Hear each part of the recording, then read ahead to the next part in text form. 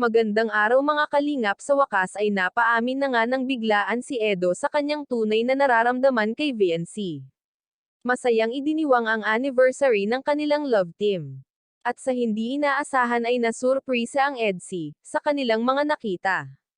Walang pag-aalanlangan na hinawakan ang kamay ni VNC at may ipinagtapat si Edo.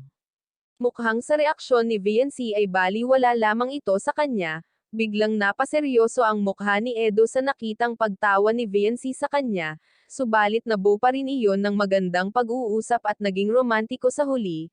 Labis na pagkahiya ang makikita natin kay VNC sa mga araw na iyon, nahahalatang tinatawanan lang nito si Edo, sapagkat masaya lang ba ito o di kaya may iba pang dahilan kung bakit ganon na lamang si VNC sa kanya.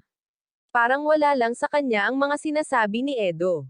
Nag-enjoy naman ang EDC sa kanilang date at nabigla si VNC nang sabihan ito ni Edo ng matamis na salita, hindi nakaimik at nahiya nang bigla si VNC sa binitawang salita ni Edo sa kanya, at sumilay naman ang matamis na ngiti mula sa mukha ni VNC, at mukhang seryoso naman ang mga sinabi ni Edo sa kanya. Pakisuportahan po ang lahat ng bumubuo ng Kalingap at sa aking munting channel. Thank you.